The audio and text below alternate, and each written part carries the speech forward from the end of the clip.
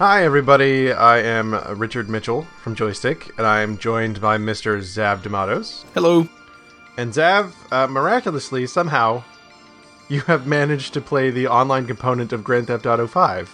By sheer force of will, actually, I just turned on my Xbox really early in the morning, and it was there available. It was a short 50 megabyte download.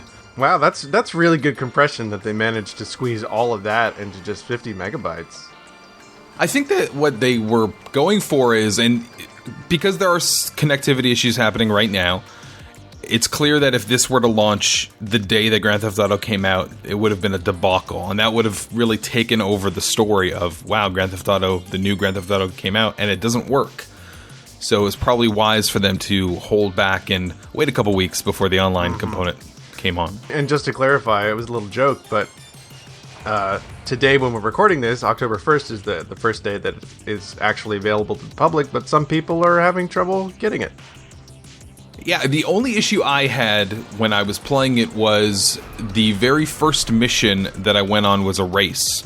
And it was a race against, not against the other players, but it was against computer AI. And it took a really long time to load the session inside of the game's world. And it took about 3.5 minutes, and at one point I thought it was frozen, and you'll see it on screen here. I'll speed it up for people. It did take a long time for it to connect, but after that happened, I didn't really have any issue with the game. Yeah, also, one of our other writers, Dave Hinkle, told me that he had the game crashed on him, and it ate the character that he created. So, I don't know if that's a common problem, but it happened to him. It must be the Yeti that's been terrorizing the world of San Andreas. So, speaking of which, this doesn't use the characters that you play as in the single-player campaign, but you actually create someone? Yeah, and the way that you go about creating someone is pretty interesting. You don't, like in other games like Saints Row, for example, you don't create the character using components like picking the eyes and face and body shape and all these other elements. You actually pick their heritage. So you select what, out of a bunch of presets, what your grandmother and grandfather on your mother and father's side look like, and then it gives you an idea of what your mother and father look like, which you can also adjust, and then that dictates what your character looks like. It's a weird system that they've decided to go with, and I'm not entirely sure the purpose behind it, but I will say that for my father, I was able to select John Marston. Wait, what? Yeah, and I have no idea why, but he's a special dad is, I think, what the game actually calls him. So I selected him as my father. It makes no sense narratively because he's been dead for a very long time, but he is the person that is my father. So I come from a rich bloodline. What that shit do, you big old pimp, you? I see you up in this motherfucker now, huh? That's what I'm talking about. Come here, holler at your boy. Man, it's good to finally meet you, man. After all that time on Life Invaders, man, we friends in real life now, huh? Look at you, dude. You, like, smaller than you look in your picture, but... oh, fuck it, it don't matter. So how does the online actually work? I mean, I think in Grand Theft Auto 4, it was just like you got together with buddies and you could go wreak havoc. But so how does it work now? Is it a multiplayer shootout? You mentioned racing. How does multiplayer actually work? It is an open world game, of course, so it isn't just picking from a menu what you want to do.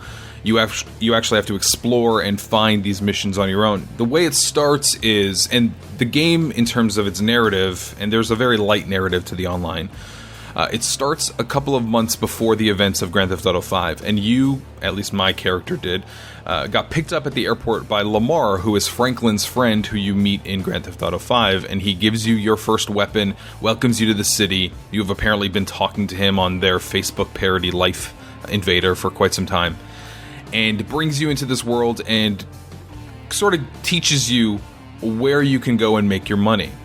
And what you do is you can go and explore and find races, you can find multiplayer modes that are in the world. It's like basically finding a mission in Grand Theft Auto. You go to the icon on the map, and each icon has a different kind of mission mode. So there's deathmatch and team deathmatch, and then there are heists that you can accomplish as well. The single player has major heists where you're robbing banks and creating these really elaborate plans. So far in the multiplayer, the only thing I've been able to do is hold up a convenience store with someone else, and we split the take after we get away from the cops. So it's not as intricate yet, but Rockstar says that this online world is an evolving thing, and it's not something that if you play it for a couple of hours in the first week or so, you're going to get all of that content. They're planning on really rolling out more stuff over time. So, like, to put this in, like, MMO terms, you have this open world, and then you have these, like, instances that you can go to and take part with other people. Yeah, and between those instances, you do see other players getting to and from their own missions. Now, there is a system in the game where you could turn on passive mode, which means that if you have this selected, you cannot be killed by other players, and you can't actually equip a weapon in passive mode, even to rob a bank or to do any other kind of mission that requires violence. This works out well because immediately after I was given control of my character, after the initial forced stuff that you have to do to introduce you to the world, I was shot immediately. As soon as I spawned in, someone shot me. And then I spawned back in, and then the same guy was still shooting everyone as they were spawning in.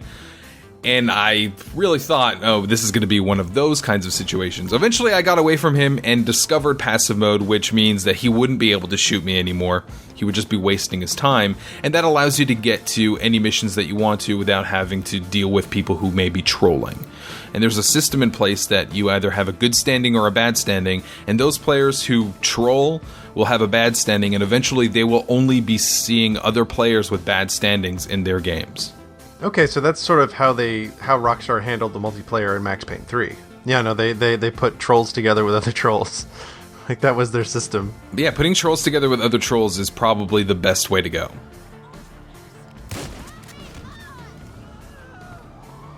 Hello, my boy. It is your Uncle Simeon. Yes, I know we are not really a family. The modifications on the car, they are a present. A gift from me to you.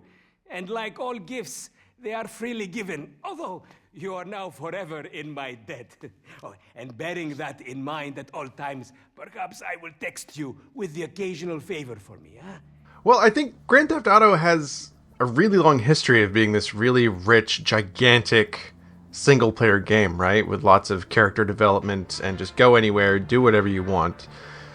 And since Grand Theft Auto 4, Rockstar has been putting these multiplayer options in there. So I guess the question I have is do you even need a multiplayer mode? I mean, do you feel like it enhances the game? Do you feel like it's a better game for having it?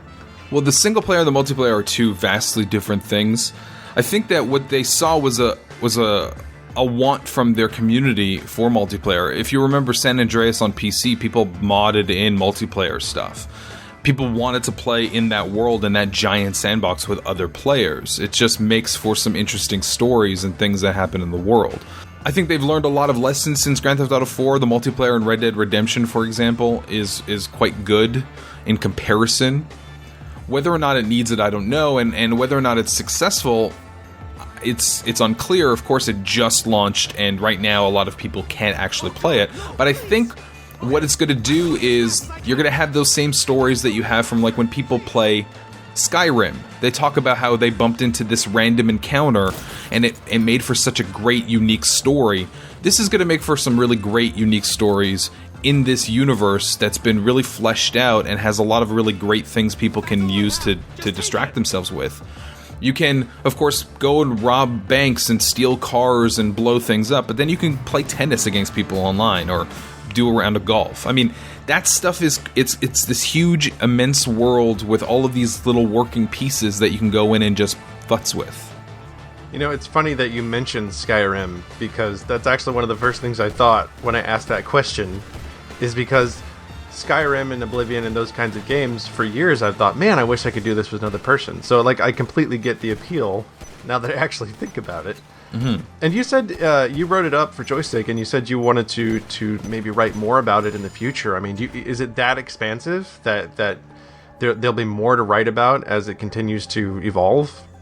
one of the biggest parts of the single player were the heists. And those heists were really Hollywood level jobs. I mean, you created a plan, you set up your exit strategy, you hired people. And in this game so far, the only thing that you've been able to do is small, walk into a store, hold up the place at gunpoint, and walk out. If they start adding more of those heists where you can actually create a plan and have a crew and make a ton of money, that stuff is going to be fantastic. Right now, that's not there, and a lot of the stuff is gated, like the weapons, for example, and some of the vehicles even, are gated by things like your level and how much money you have. You can purchase property like garages, and you can purchase vehicles, put a tracking device on a vehicle, and purchase an insurance policy for that vehicle in case something happens to it. So they've sort of given you ownership they've given you ownership from a lot of the elements that are in the game, and I think that's what's going to help it grow. Wow. It just sounds really massive, on top of a game that's already pretty massive to begin with.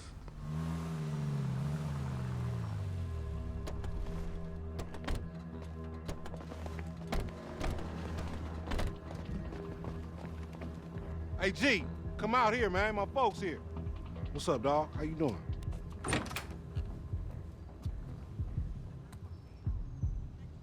Well, goddamn, you antisocial motherfucker. You gonna speak?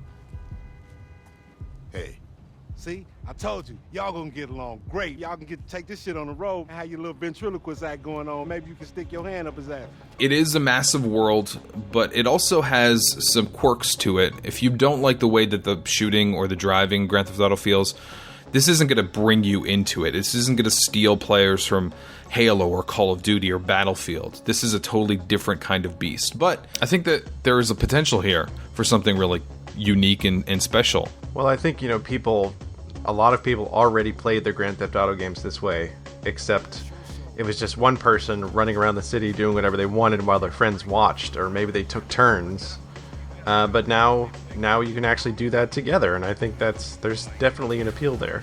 There is something to be said for walking down the street and just seeing this huge cluster of cop cars and helicopters pass you by that are chasing someone else that's in your world that's causing chaos. It's a really immersive experience, and it's a lot of fun. And it was interesting in my experience to see something like that and get into my car and try to help that person or try to gun them down and see if the police are going to try to take me out as well. Grand Theft Auto 5 cops in the online mode, busiest cops on the planet. I think Grand Theft Auto cops in general are the most underappreciated people in the Grand Theft Auto universe. Now you have thousands of Nico Bellics running around causing chaos.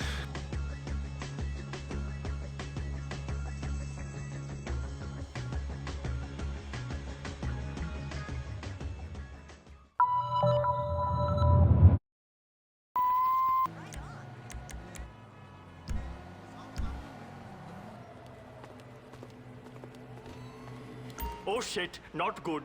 Okay, I'm trying.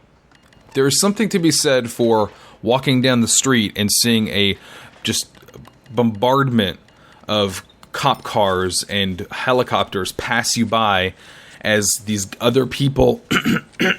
Oh, great. I'm getting choked up. I'm so emotional about it. Family vacation. Jesus.